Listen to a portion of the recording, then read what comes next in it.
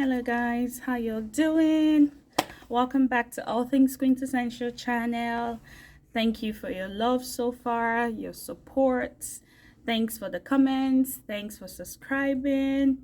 Thank you also for sharing. Yes.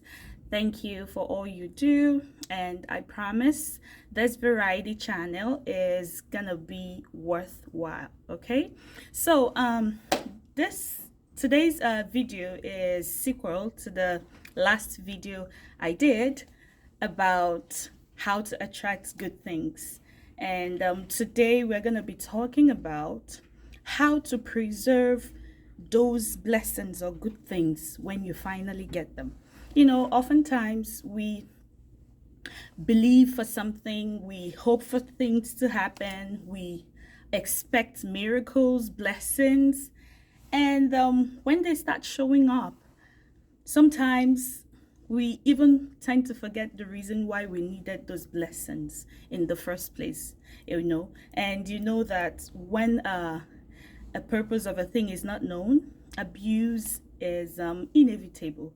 So, in order to retain your blessings, in order not to let your blessings fly away with wings, I've come up with few steps or tips. I love it. I've come up with few of them that you could work towards to retain or preserve those blessings that you've long expected, prayed, fasted, and wished for. Okay, so the first thing to do when your blessing finally hits you is to be grateful. Yes, grateful, grateful, grateful. Gratitude honestly determines your altitude. We cannot overemphasize the need to be grateful, right? When those prayers, when those plans, when those aspirations finally fall in place, never get carried away. First of all, be grateful. Okay, and second point is, don't you ever rub it off on others. Don't show off. Okay, so this is where I need to explain. Okay, we live in the age of social media. We live in the world of tendency to show off and let everyone know that, hey, finally I've made it. Mama, look at how we made it, right? I know, but we need to be guided, right? You can put up a post, but let the sole aim be to encourage others. Okay, don't rub it off on others, like, you know what I mean, like, oh, they will know I've arrived and all those stuff. No, don't rub it off on others. It's just grace that has brought you this far, right? It's the grace of God. The people you're trying to rub it off on, they may have even put more energy, more goals, more sweat and blood in it, but the grace of God was what made yours outstanding, and that was what made yours work. So don't rub it off on others. Don't make others feel useless. No, don't do that. Now the third point is look for ways to spread it out. Okay, a candle loses nothing in lighting others, right? As much as you can, try to encourage others. Try to spread it out, right? The more you spread it, the more it comes back to you, right? For example, with this simple illustration, if I stretch out my hands, tendency is I receive, right? I stretch out my hands to give. It's common law of nature that once my hands are open to give to others, is also open to receive, right? But if I tighten my fist, most definitely the one I have is not going out, and there's no way another is gonna come in, right? So this is natural law of nature. You spreading it out, you trying to shed more light, because honestly, you're not going to lose anything.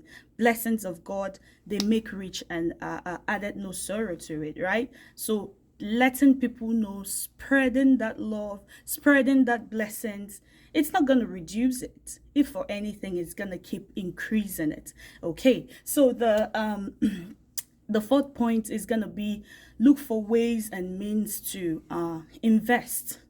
right? Invest, invest, invest. Investing is not necessarily money, right? Look for ways to look for avenues you can try to harness those blessings. Don't let it waste, right? No room for waste. After Jesus performed the miracles, in as much as he was able to multiply the two fishes and 5 loaves of bread, he still asked them to gather the fragments, right? He never said, oh yeah, waste it. I can always pray to God and get more. He said, gather it up. So look for ways you can harness that blessings. Okay, look for avenues. If it's finances, look for ways you could invest it so it will keep yielding, right? So it would keep yielding.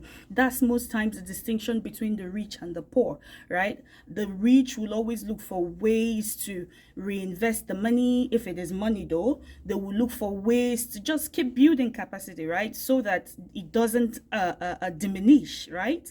But most times the poor, they get carried away. Hey, the money is here. I can do this. I can party around. I can shop. And before you know it, because there is no sort of investment that is yielding that return, once it finishes, everything is like poof, it becomes once upon a time. And we don't want that to be the case, right? Now, the fifth point would be, don't you ever forget the source of that blessing. Don't you do that. Okay, if you were believing God for a good home like marriage, if you're believing God for finances, if you're believing God for career advancement, don't just forget all about him once he starts blessing you. Okay, this also has to do with being grateful, right? Remembering your source, right? Remembering where you're coming from, right? That goes a long way to, it helps you a lot in life. Remembering where you're coming from, remembering your source, remembering your friends who were there with you through thick and thin, remembering those that were very instrumental to whatever you've become in life. It goes a long way.